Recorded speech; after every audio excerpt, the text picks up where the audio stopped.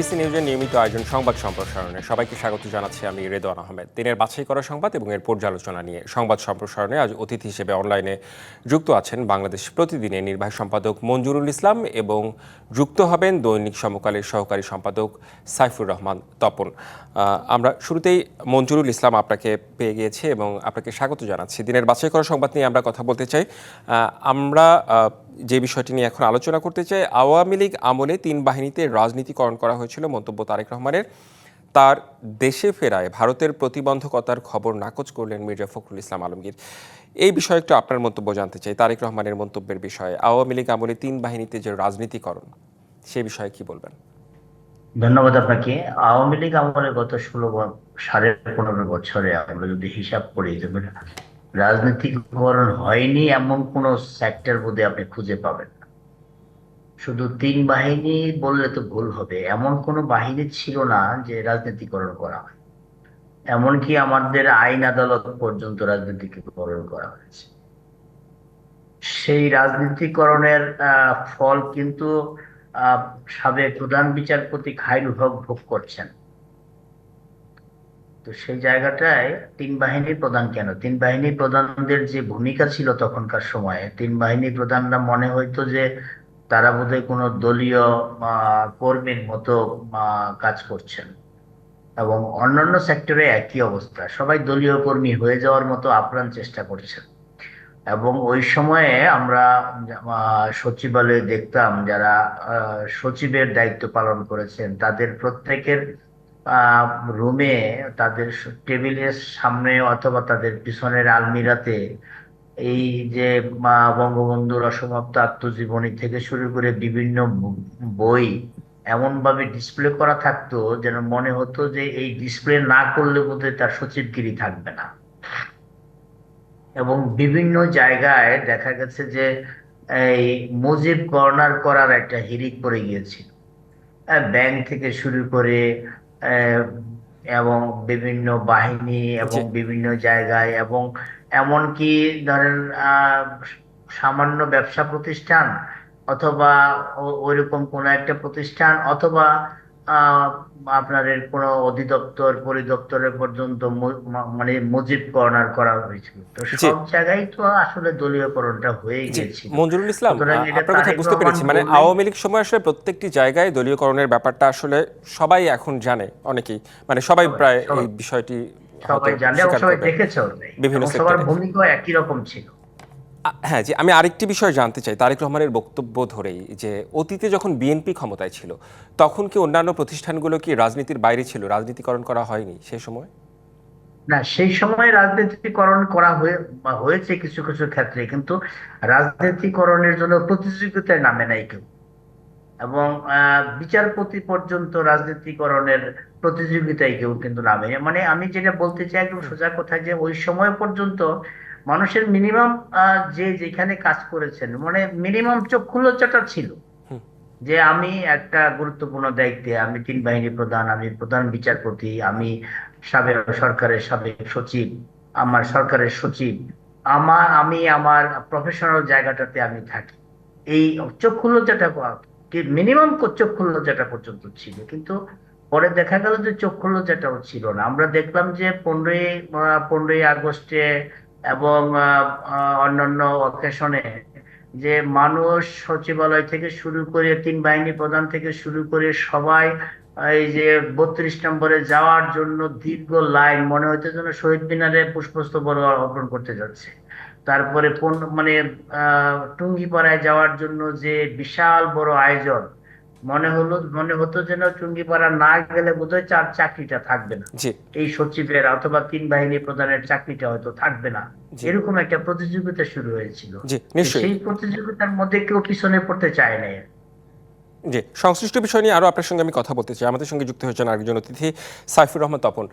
সাইফুর রহমান তপন, আমরা আলোচনা করছিলাম আওয়ামী লীগ আমলে 3 বাহিনীতে রাজনীতিকরণ করা হয়েছিল মন্তব্য তারেক রহমানের। তার দেশে ফেরায় ভারতের প্রতিবন্ধকতার খবর নাকচ করলেন মির্জা ফখরুল ইসলাম আলমগীর। আমি একটু এই রাজনীতিকরণের বিষয়ে আসতে চাই, যে আমরা যদি বাংলাদেশের রাজনীতি দেখি 1971 থেকে এখন পর্যন্ত, এই যে মানে সাংবিধানিক প্রতিষ্ঠানগুলো কখনোই স্বাধীন ছিল কি না, আপনার কাছে আমি এই মন্তব্য জানতে চাই। আর রাজনীতিকরণের ব্যাপারগুলো কি সব দলের মধ্যেই কম বেশি রয়েছে কিনা? ধন্যবাদ আপনাকে। এটা আমাদের দেশের একটা মানে সাধারণ চিত্র। এটাকে আমরা কিন্তু আম, এটাকে রাজনীতিকরণ বলি না, কারণ এই প্রতিষ্ঠানগুলো রাজনৈতিক প্রতিষ্ঠান। আদালত একটা রাজনৈতিক প্রতিষ্ঠান, সবকিছুই রাজনৈতিক প্রতিষ্ঠান। আমরা এগুলোকে বলি দলীয়করণ। জি, আপনার কথা একদম ঠিক প্রবলেমটা হলো যে দলীয়করণ, ব্যাপারটা হবে প্রবলেমটা হলো দলীয়করণ। দলীয়করণ। রাইট। এই দলীয়করণের বিষয়টা আপনি দেখবেন যে এখানে প্রথম কথা হলো ইনস্টিটিউশন হিসেবে এগুলোকে ফাংশন করার জন্য যে ধরনের সহযোগিতা করার দরকার ছিল, সেই সহযোগিতাগুলো আমরা কখনোই দেখি নাই। এটা হলো প্রথম কথা, একদম ইউনিভার্সাল ট্রুথ যেটা। দ্বিতীয় বিষয় যেটা, সেটা হলো যে যত দিন গিয়েছে তত দলীয়করণের মাত্রাটা বেড়েছে। জি। এটা হলো সত্য। আওয়ামী আমি লীগ আমলে কি এর এটা আগে একটু বেশি হয়েছিল শুনছিলাম, দীর্ঘ 15-16 বছরে? না, এটা তো স্বাভাবিক। এটা যত হুম। দিন গিয়েছে তত আপনি আপনি দেখবেন যে হুম। যে ধরুন আমি এক অন্য ক্ষেত্রে উদাহরণ দিই। এই যে প্রতিপক্ষকে দমন করার, ভিন্ন মত দমনের যে যে যে পন্থা বা যে হুম। উপায়, যে নির্যাতন নিপীড়ন আজকে আমরা দেখতে পাচ্ছি, এগুলো তো ভিন্ন মত দমনের তরিকা বা উপায়। এখন ধরুন যে আপনি খেয়াল করবেন যে সাধারণ মানুষকে জিজ্ঞেস করে দেখবেন, বলবে যে আওয়ামী লীগ আমলে তো আমরা এতটা দেখিনি। হুম। আপনি বিএনপির অনেক নেতার ডায়ালগ 5ই আগস্টের পরে অনেক জায়গায় রেখেছে, ওরা বাড়িঘরে ভাবে জ্বালিয়ে দেয় নাই। তো আমি কি এটাকে কি আহ, আওয়ামী লীগের আমলে কম হয়েছিল এখন বেশি হচ্ছে? আসলে দিন যতই যাচ্ছে ততই জিনিসটা খুল্লাম খুল্লা হচ্ছে এবং তীব্রতাটা বাড়ছে। আচ্ছা। সেটা আচ্ছা। এটাই হলো সত্যটা। সেটা তো জি। এখানে আমি এইভাবে এইভাবে যেটাকে বলা হয় ডিফারেন্সিয়েট করা, অর্থাৎ করা কম, মাত্রার পার্থক্য আছে। গুণগত কোনো মানে পার্থক্য আছে, গুণগত কোনো পার্থক্য নাই এখানে। গুণগত বিষয়টা কি?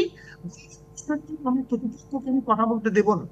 গুণগত বিষয়টা হলো প্রতিষ্ঠানগুলোকে আমি আমার বিএনপির যে 2004 সালে এই বিচারপতিদের বয়স বাড়িয়ে দেওয়া হয়েছিল। আপনি জানেন, তত্ত্বাবধায়ক সরকারের বিতর্কের মানে এই যে 2004 সালে যে আপনার 65 থেকে 67 করা হলো বিচারপতিদের বয়স, সেটা আমি যেটা বলছি সেটা হলো যে আমি কি এখানে কি বিএনপি কি কতটুকু দায়ী করব, আওয়ামী লীগকে কতটুকু দায়ী করব, বা তার আগের সামরিক শাসক ওদেরকে কতটুকু দায়ী করব, ওই আলোচনায় যাওয়াটা বিপজ্জনক। কেন বিপজ্জনক? কারণ পার্থক্যটা আপনি পরিমাণগত দেখবেন, পার্থক্যটা গুণগত না। সেটা জি। যখনই আপনি ওই পরিমাণগত পার্থক্যকে ধরে আপনি আপনি নিজেও একটা দলীয়করণের শিকার হয়ে যাবেন, জি। নিজেও একটা দলীয় ট্যাগ আপনার পেছনে লেগে যাবে এবং সত্যটা আপনি উপস্থাপন করতে পারবেন না। এটি হলো বাস্তবতা আমাদের জি, এখানে। নিশ্চয়ই। আমি আবারও আপনার কাছে আসবো, তবে মঞ্জুরুল ইসলাম, আপনার কাছে আবারও একটু ফিরতে চাই যে তারেক রহমানের দেশে ফেরা নিয়ে নানা রকম কথা হচ্ছে সোশ্যাল মিডিয়ায়। অনেক মানুষ অনেক ধরনের মন্তব্য করছে। কেউ বলছে যে বহির্বিশ্বের চাপ, অন্যান্য দেশের কোনো চাপ থাকতে পারে, বিশেষ করে পার্শ্ববর্তী দেশ ভারতের কোনো প্রতিবন্ধকতা আছে কিনা, এসব নিয়ে আসলে মানুষের মধ্যে কথা হচ্ছে, জল্পনা কল্পনা এসব আছেই। আপনার কাছে একটু জানতে চাই যে মির্জা ফখরুল ইসলাম আলমগীর আজকে বলেছেন যে ভারতের প্রতিবন্ধকতার খবর নাকচ করলেন, মানে নাকচ করে দিয়েছেন, ভারতের তরফ থেকে কোনো প্রতিবন্ধকতা নেই। আপনার কাছে একটু মন্তব্য জানতে চাই। তারেক রহমান সাহেব কিছুদিন আগে তার দেশে ফেরা না ফেরা নিয়ে কিন্তু একটা স্টেটমেন্ট করেছে। হুম। তিনি সেটা বলেছেন যে কি কারণে তিনি দেশে ফিরছেন না, এবং অনেক কথা বলা, অনেক আমরা বুঝতে পেরেছি যে অনেক কথা তিনি বলতে পারছেন না। এবং আমার ব্যক্তিগত মত হলো যে দলীয় কর্মীরা বা দলীয় নেতারা তারেক রহমান দেশে ফেরা না ফেরা অথবা কে প্রতিবন্ধকতা তৈরি করছে কে করছে না, এটা তিনি এবং তার ফ্যামিলির দু একজন ছাড়া কেউ জানে না, এবং কারো পক্ষেই জানা সম্ভব না। দলের বাংলাদেশে যারা যত নেতাই হোক, সেটা স্ট্যান্ডিং কমিটির মেম্বারই হোক বা নিচের দিকের কেই হোক, তারেক রহমানের দেশে ফেরা, প্রতিবন্ধকতা না আসা, কোনো কিছুর বিষয় কেউ জানে না কিছু। উনি একা জানেন, আর ফ্যামিলির হয়তো দুই একজন জানেন। এখন বাইরে যা হচ্ছে সব হলো গাল গল্প, যে যেভাবে পারছে অনুমান ভিত্তিক গাল গল্প করছে। সে তবে তাদের এটাও ঠিক, তাদের মতো তারা ব্যাখ্যা করছে। সাইফুর রহমান হ্যাঁ তপন, এটাও আপনিও, ঠিক। আপনারও কি তাই মনে হয় যে আসলে তারেক রহমান এবং তার পরিবার ছাড়া কেউ জানে না বিষয়টি? একটু সংক্ষেপে জানতে চাই। না, আমরা মানে দৃশ্যত তো আমরা সেটাই দেখতে পাচ্ছি, যেহেতু এখানে তাদের দলের পক্ষ থেকেও কিন্তু বিষয়টা দায়িত্ব নেওয়া হচ্ছে না। আপনি হুম, মির্জা ফখরুল ইসলাম আলমগীর সাহেবের যে প্রেস কনফারেন্সে আমি দেখেছি, তিনি সাংবাদিককে রীতিমতো অভিযুক্ত করছেন যে আপনি আপনি কেন আমার মুখ থেকে এই বিষয়গুলো শুনতে চাচ্ছেন। তো তারেক রহমান সাহেবের সেই ফেসবুক পোস্টের পরে সেটা, ফলে এটা সত্য যে এই বিষয়টা তারেক রহমান সাহেবকেই খোলাসা করতে হবে।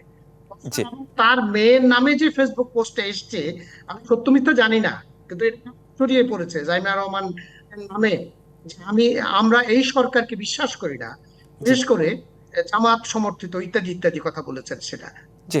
তবে যাই হোক না কেন, দেশের মানুষের উদ্দেশ্যে দলের পক্ষ থেকে তো একটা সুনির্দিষ্ট বিবৃতি থাকা উচিত, যাতে মানুষ একটু নিশ্চিন্ত হতে পারে, তাদের দলীয় নেতাকর্মীরা।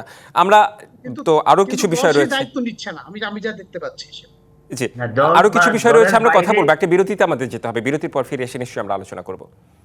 সংবাদ সম্প্রসারণে একটা বিরতি নিচ্ছি, ফিরছি একটু পরে। বিরতির পর আবারও স্বাগত সংবাদ সম্প্রসারণে। আমাদের সাথে আছেন মঞ্জুরুল ইসলাম এবং সাইফুর রহমান তপন। স্বাগত জানাচ্ছি আপনাদের দুজনকেই। বিরতির পর আমরা একটু ভিন্ন প্রসঙ্গে আলোচনা করতে চাই। আজকের আলোচিত বিষয় সংস্কার নিয়ে জামায়াত বিএনপি কেউই সোচ্চার নয়। মুক্তিযুদ্ধ ও ধর্মের কার্ড ব্যবহার করা আর চলবে না, বার্তা হচ্ছে এনসিপির। মানে এটা নিয়ে মুক্তিযুদ্ধ কিংবা ধর্ম নিয়ে আসলে রাজনীতি করা যাবে না, এটা এনসিপি বলছে। শুরুতেই মঞ্জুরুল ইসলাম, আপনার কাছে একটু আসতে চাই যে এনসিপির এই বার্তা নিয়ে আসলে আপনার মন্তব্য কি? আমার বক্তব্য হলো, ধর্ম হলো যার যার। ধর্মটা আমি, আমার যদি রাজনৈতিক ফায়দা লুটার জন্য যদি ধর্মকে আমি ব্যবহার করি, আমাদের ধর্মীয় রাজনৈতিক দল যদি, সংগঠন যদি থাকে, ধর্মের প্রচারের চেয়ে রাজনীতির প্রচারটা যদি বেশি হয়, সেটা আমরা এই দেশের মানুষ কখনোই কিন্তু চাই না। হ্যাঁ, ধর্মভিত্তিক রাজনৈতিক দল থাকতে পারে, কিন্তু সেই রাজনৈতিক দলের কাজটা যতটা না রাজনীতি হবে, তার চেয়ে বেশি ধর্ম প্রচারে হওয়া উচিত। এবং ধর্মের প্রতি মানুষকে আকৃষ্ট করা, ধর্মীয় ভাবে মানুষকে সচেতন করা, ধর্মীয় ভাবে মানুষকে শিক্ষিত করা, সেই দিকে থাকা উচিত। কিন্তু দুর্ভাগ্যজনক হলো সত্য যে আমাদের দেশের ধর্মভিত্তিক যে রাজনৈতিক দলগুলা, এইটা ধর্মের চেয়ে রাজনীতিটা বেশি করে, কিন্তু ব্যবহার করে ধর্মকে। ধর্মের চেয়ে আপনার পীরগিরি বেশি করে, ধর্মের চেয়ে মাজারগিরি, মাজার নিয়ে ব্যবসা করে, পিরালিতে ব্যবসা করে। এই ব্যবসা ধর্ম নিয়ে একটা ব্যবসায় পরিণত হয়েছে। অ্যাকচুয়ালি ধর্ম, আমাদের যে কালচার, আমাদের কম বেশি সবাই কিন্তু আমাদের দেশের মানুষ ধর্মভীরু। ধর্মভীরু মানেই হলো আমাদের দেশের মানুষের মধ্যে কিন্তু ধর্মান্ধতা নেই, ধর্মভীরু মানুষ সবাই কিন্তু। সবার বাপদাদাই এই সকাল ফজরের নামাজের আজান দেওয়ার সময়, যারা মুসলমান ফজরের নামাজ আজান দেওয়ার সময় সবার বাপদাদাদের দেখেছি আমরা মসজিদের দিকে গেছে। এবং যারা অন্য ধর্মের, তাদেরও পূজার সময় বা উপাসনার সময় তারাও কিন্তু মন্দিরে গেছে পূজা করার জন্য। তো সেই কারণে আমাদের সকল ধর্মের মানুষ কিন্তু ধর্মভীরু মানুষ, আমাদের দেশের কোনো মানুষ কিন্তু ধর্মান্ধ নয়। জি। এখন কিছু রাজনৈতিক দল এই ধর্মকে ব্যবহার করে রাজনীতির ফায়দা লুটার চেষ্টা করছে। জি, আরেকটা মঞ্জুরুল বিষয় ইসলাম হলো, সেই সাথে মুক্তিযুদ্ধের যেটা বিষয়েও যেটা বলেছে বলার এনসিপি। চেষ্টা করছে মানে এনসিপি, মুক্তিযুদ্ধ এবং ধর্ম মুক্তিযুদ্ধের নিয়ে কাজ। রাজনীতি। হ্যাঁ, যেটা যেটা বলার চেষ্টা করছে হুম। এনসিপি, যে মুক্তিযুদ্ধের কার্ড না, আপনাকে মুক্তিযুদ্ধে বিশ্বাসী থাকতে হবে। দেশটা যদি মুক্তিযুদ্ধের মধ্যে বিশ্বাসী না থাকেন, তখন তো আমি যেটা বলবো যে মুক্তিযুদ্ধ আমাদের দেশের ফাউন্ডেশন, জি। একাত্তর আমাদের দেশের ফাউন্ডেশন, একাত্তর আছে বলেই আমাদের এই যে বর্গ, এই বর্গ ফুটের এই যে ছোট্ট একটা রাষ্ট্র, এই বদ্বীপের যে রাষ্ট্র, এটা আমরা পেয়েছি, আমরা একটা পতাকা পেয়েছি। আজকে আমরা যেই হানাহানি মারামারি যাই করতেছি রাজনীতি নিয়ে বা এই নিয়ে, এটা করার সুযোগও কিন্তু পেয়েছি আমরা একটা দেশ স্বাধীন হওয়ার কারণে। এখন যদি আপনি মনে করেন যে মুক্তিযুদ্ধ আপনার কিছু না, আপনি যদি মনে করেন একাত্তর আপনার লাগবে না, আপনি যদি মনে করেন এই দেশের পতাকা আপনার লাগবে না, আপনি যদি মনে করেন এই দেশের স্বাধীনতা আপনার লাগবে না, তখন আপনার মুক্তিযুদ্ধের ব্যবহার আপনার নিজের চিন্তা হতে পারে। কিন্তু মুক্তিযুদ্ধ বাদ দিয়া, মুক্তিযুদ্ধের স্পিরিট বাদ দিয়া, মুক্তিযুদ্ধের অর্জন বাদ দিয়া, 71 বাদ দিয়া আপনি এই দেশে বসবাস করবেন এবং এই দেশের মানুষ আপনাকে গ্রহণ করবে, এটা বোধহয় ভাবা ঠিক না। কারণ জি আপনাকে ফাউন্ডেশনের উপর দাঁড়িয়ে কথা বলতে হবে। জি আজকে যদি 71 না হতো, আজকে 90 এর জন্ম হতো না। জি 71 না হলে আজকে 24-এর জন্ম হতো না। রাইট 71 রাইট না হলে আজকে এনসিপি নামক রাজনৈতিক দলের জন্ম হতো না। তো জি সুতরাং আপনি নিশ্চয়ই রুটটা অস্বীকার করার কোনো সুযোগ নাই।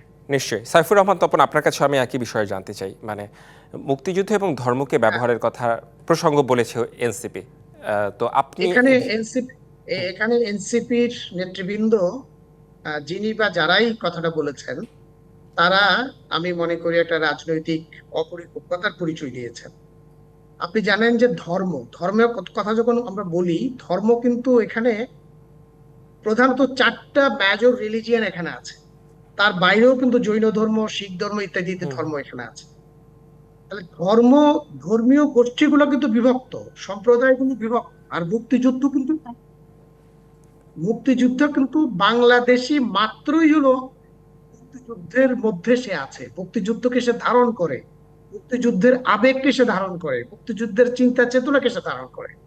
ফলে দুটাকে আপনি একসাথে এক এক প্রেক্ষাপটে বা একটা মুদ্রার এপিটুপিট হিসেবে আপনি বিবেচনা করতে পারেন না।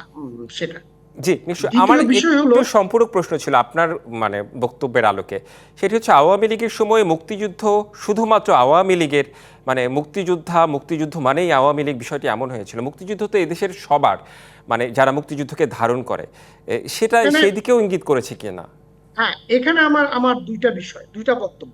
একটা বক্তব্য হলো, ধরুন যে আওয়ামী লীগ যেটা করেছে, হুম আওয়ামী লীগ একটা বিশেষ কারণ কি, 1971 সালে আওয়ামী লীগের যেহেতু নেতৃত্বকারী ভূমিকা ছিল, হুম ফলে আওয়ামী লীগ ওইটাকে পুঁজি করে সে তার রাজনীতিটাকে বিকশিত করার চেষ্টা করে, আওয়ামী লীগের দিক। কিন্তু আপনি অন্যদিকে যদি দেখেন, এই যে বিএনপি কথা বলুন, আপনি বিএনপি একজন মানে খ্যাতনামা মুক্তিযোদ্ধার প্রতিষ্ঠিত দল, কিন্তু এই বছর এসে বিএনপি দিবস পালনের কর্মসূচি ঘোষণা করলো। আমি কিন্তু আমার জীবদ্দশায় দেখি নাই। কেন? আওয়ামী লীগ ক্ষমতায় থাকলে কি বিএনপি 15 দিন ব্যাপী বিজয় দিবস পালন করতে পারে না? কেন পারে না? বিএনপি থেকে শুরু করে বাম দল, সমস্ত দলই মনে করে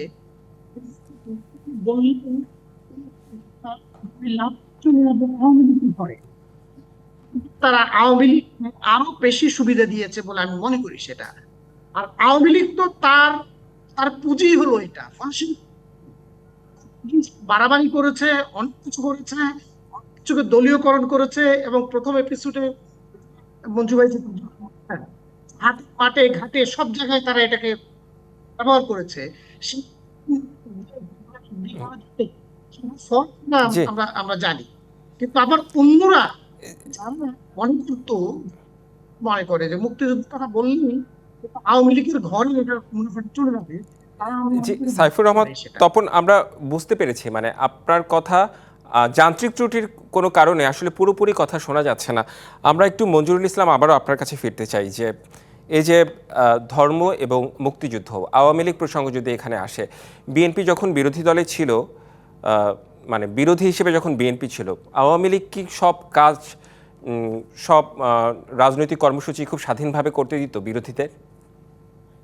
না, আওয়ামী লীগ মনে করতো, যেটা যেটা তপন বলেছে, যে আওয়ামী লীগ মনে করতো যে মুক্তিযোদ্ধা বা এই যে স্পিরিট, এটা তাদের, এটা পৈতৃক সম্পত্তি, এটা আর অন্য কেউ করতে পারবে না। এবং এমনকি মুক্তিযুদ্ধের সময়, হ্যাঁ মুক্তিযুদ্ধের সময় বিএনপির জন্ম হয় না, কিন্তু মুক্তিযুদ্ধের সময় কমিউনিস্ট পার্টি থেকে শুরু করে, ন্যাপ থেকে শুরু করে অন্যান্য রাজনৈতিক দলগুলো তো ছিল, তারাও তো মুক্তিযুদ্ধে অংশগ্রহণ করেছে। তাদের কাউকে আওয়ামী লীগ মুক্তিযুদ্ধ হিসাবে স্বীকৃতি দিতেও পর্যন্ত কুণ্ঠাবোধ করেছে। তো সেই জায়গাটায় এটা ছিল আওয়ামী লীগের রাজনীতি করার জন্য একটা পুঁজি, এটা নিয়ে তারা চলতো। জি আর অন্য কোনো ভাবে আওয়ামী লীগ যখন ক্ষমতায় ছিল, এই সময়টার মধ্যে অন্য কাউকে মুক্তিযোদ্ধা হিসেবে সম্মানও দেওয়া হয় নাই। জি, বেশ এমনকি কিছু বিষয় আসলে আপনাদের দুজনের বক্তব্যই উঠে এসেছে আমাদের আজকের আলোচনায়। আপনাদের দুজনকে অনেক অনেক ধন্যবাদ, মঞ্জুরুল ইসলাম এবং সাইফুর রহমান তপন। এই ছিল সংবাদ সম্প্রসারণে, ডিবিসির সঙ্গেই থাকুন।